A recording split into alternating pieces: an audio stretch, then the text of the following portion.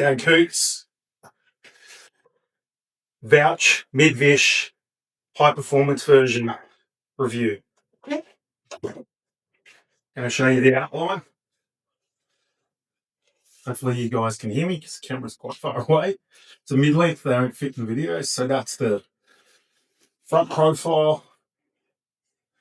You can see it's a pretty flat board, flat rocker. Bottom, it's got glass in keels.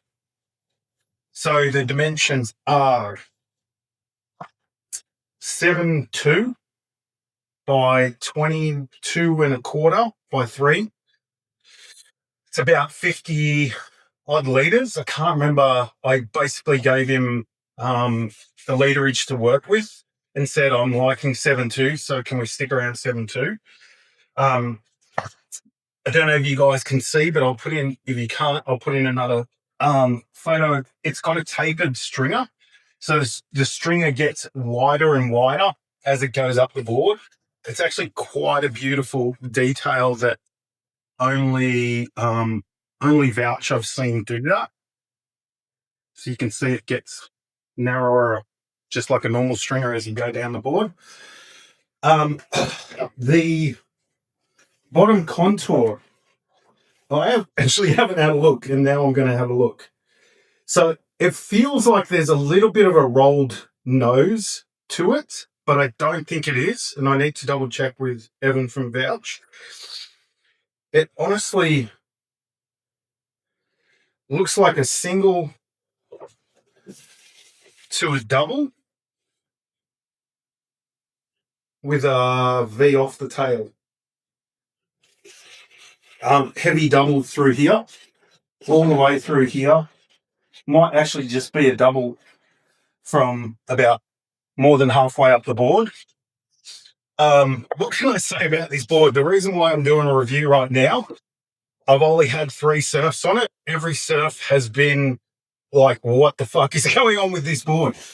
It looks like a mid-length. It looks like a big fish. It's got a wider nose.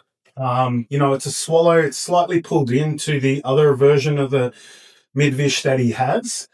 And it's got a little bit more tail rocker than the normal mid-Vish. And like I said, when you look at this board, and it's got a bit more weight to it than your average board, I'll have to chuck it on a scale and see exactly how much it weighs.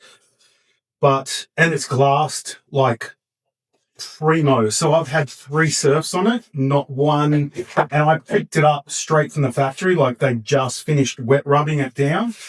Not one heel dent. Oh, there's a tiny dent there, but like it's held up like it's really high quality construction.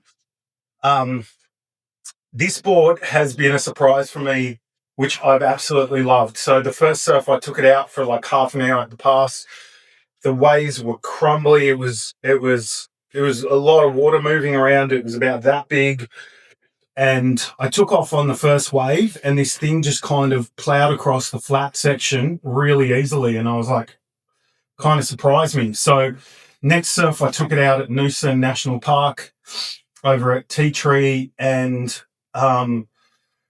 the board's just blowing my mind. Like I posted in stories before about it, and I was like, this thing's freaking insane.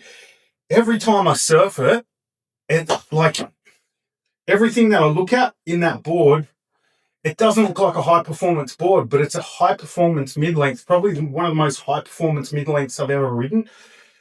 All the elements of this board blend together perfectly. Like I cannot believe the way I can surf it. I feel so much better on this board, and doing anything that I want to do on that board, it will do it and then just want to keep going. Like it's blowing my mind how much fun it is and how it actually engages with me as a surfer.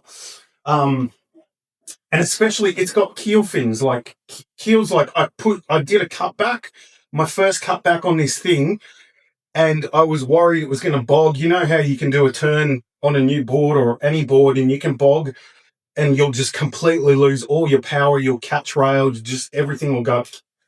this thing just kind of went whoop and then kept going. And I was like, what the actual fuck?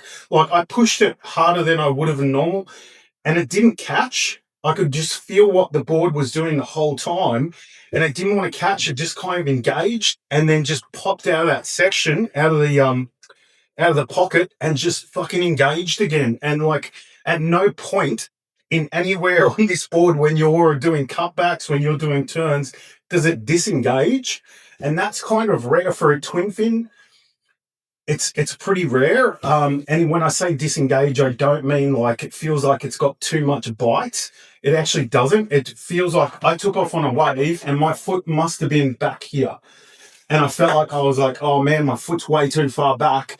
But I started moving it around and the board was just acting like it was a shortboard or something. I was like going, what the hell's going on here? Like, you can put this thing anywhere. I felt so confident in a more crowded lineup, because I felt like this board would engage and do whatever I wanted it to do without any swing weight, with any delay. Like, it would just kind of go, oh, yep, you want to go that way, let's go that way if you need to.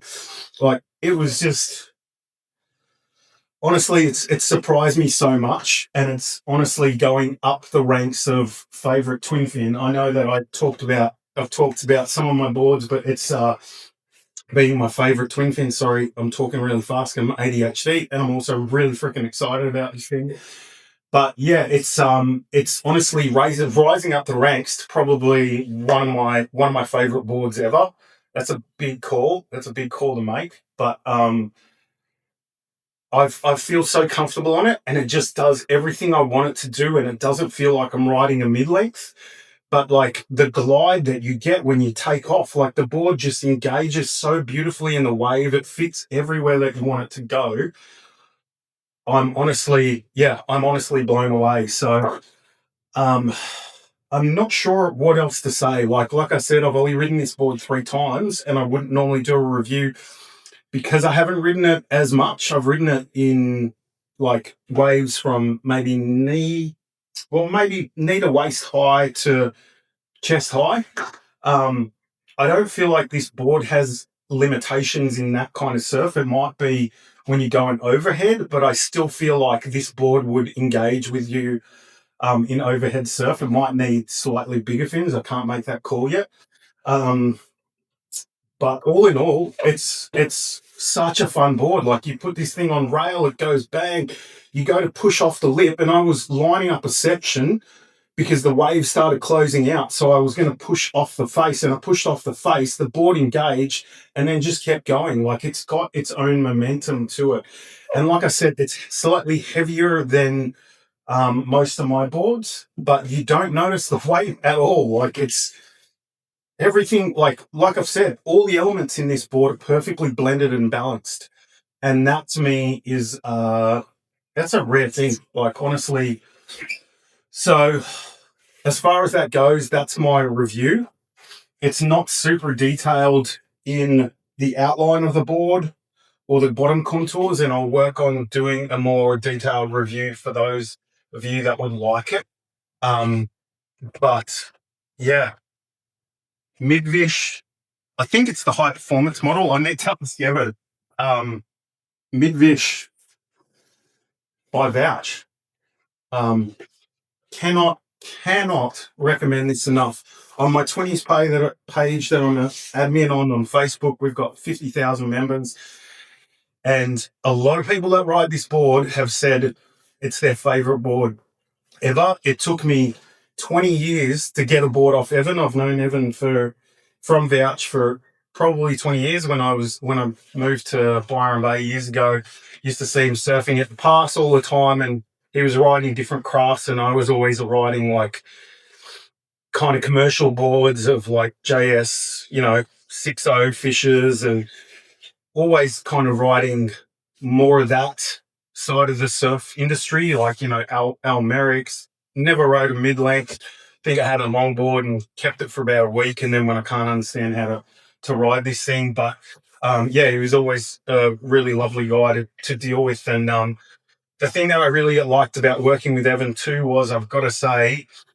when it came down to me finally ordering the board, and we were talking about it for a while, And I really wanted to make sure when I ordered it that I dialed in the right size that I wanted.